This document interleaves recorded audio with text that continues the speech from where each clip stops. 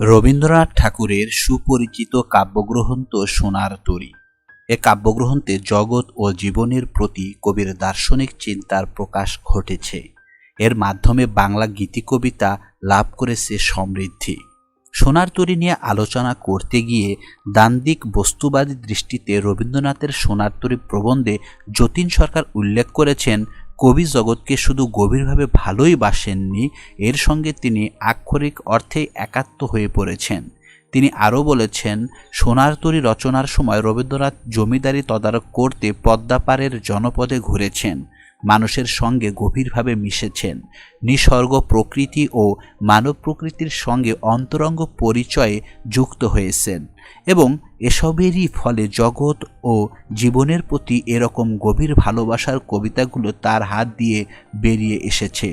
এ কাব্যগ্রন্থের নাম কবিতা, অর্থাৎ যে কবিতাটির নামে বইটির নামকরণ করা হয়েছে সেটি হলো সোনার তরী।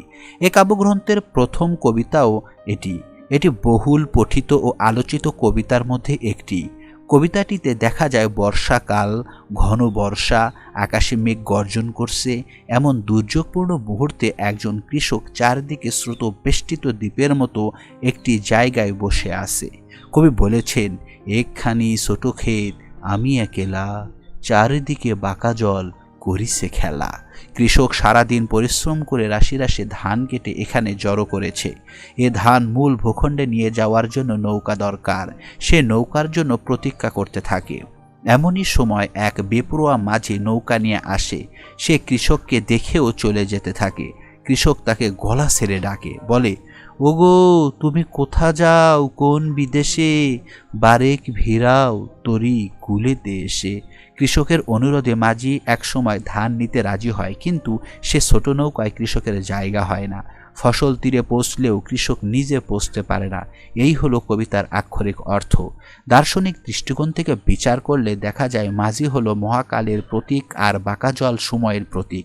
মহাকালের চিরন্তন স্রোতে মানুষ অনিবার্য মৃত্যু বা মহাকালে হারিয়ে যাওয়া এড়িয়ে যেতে পারে না, কেবল টিকে থাকে তার সৃষ্টকর্ম বা সোনার ফসল।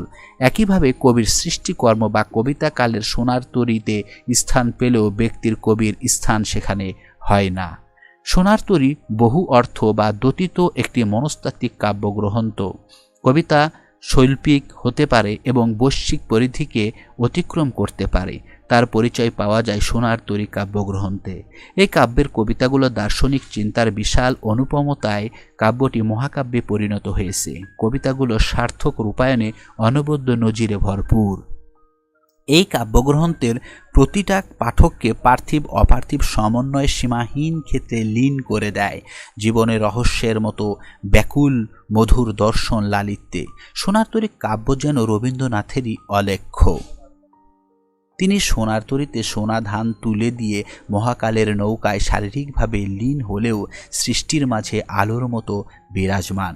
জীবন ও জগতের প্রতি গভীর ভালোবাসা এবং এ দুটির নিবিড় সম্পর্কের মাধ্যমে পরমাত্মার আত্মবোধই সোনার তরী কাব্যগ্রন্থের মূল বিষয়বস্তু। যেন সোনার তরী কাব্যের অনেকগুলো কবিতার সঙ্গে পদ্মপাড়ের পল্লী প্রকৃতির গভীর যোগ বিদ্যমান। এ কাব্য রচনা স্মৃতি জানাতে গিয়ে কবি লিখেছেন, ছিলাম তখন পদ্মার বোটে, জল ভারনত কালো মেঘ আকাশে, ওপারে ছায়াঘন তরু শ্রেণীর মধ্যে গ্রামগুলি বর্ষার পরিপূর্ণ পদ্মা খড় বেগে বয়ে চলেছে, মাঝে মাঝে পাক খেয়ে ছুটেছে ফেনা, নদী অকালে কূপ ছাপিয়ে চরের ধান দিনে দিনে ডুবিয়ে দিচ্ছে, কাঁচা ধানে বোঝাই চাষিদের ডিঙ্গি নৌকা হুহু করে স্রোতের উপর দিয়ে ভেসে চলেছে।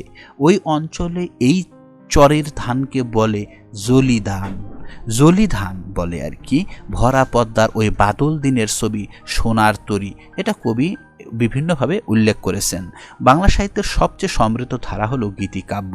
রবীন্দ্রনাথ ঠাকুরের হাতে এ ধারার একটি বড় অংশ সমৃদ্ধি লাভ করেছে। রবীন্দ্রনাথ ঠাকুরের অসংখ্য জনপ্রিয় ও কালোত্তীর্ণ কাব্যগ্রন্থের মধ্যে একটি হচ্ছে এই সোনার তরী। এটি তার সপ্তম কাব্যগ্রন্থ, প্রকাশিত হয় 1894 সালে। এ কাব্যে 43টি কবিতা আছে।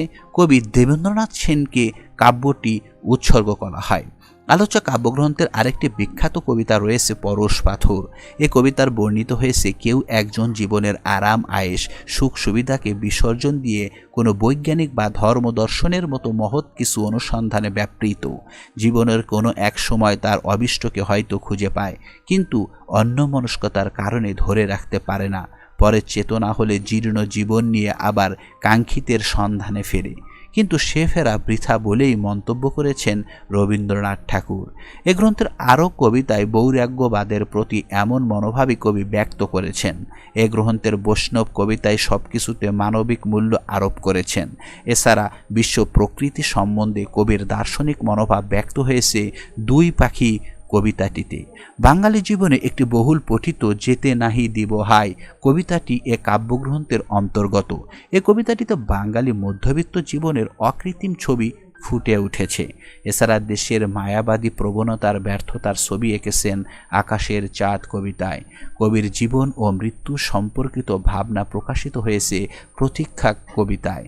এছাড়াও এ কাব্যগ্রন্থে রয়েছে মনসুন্দরী ও পুরস্কার এর মতো উঁচু মাপের দর্শন সম্পর্কিত কবিতা। এ কাব্যগ্রন্থের অন্তর্ভুক্ত রয়েছে বসুন্ধরা কবিতাটি।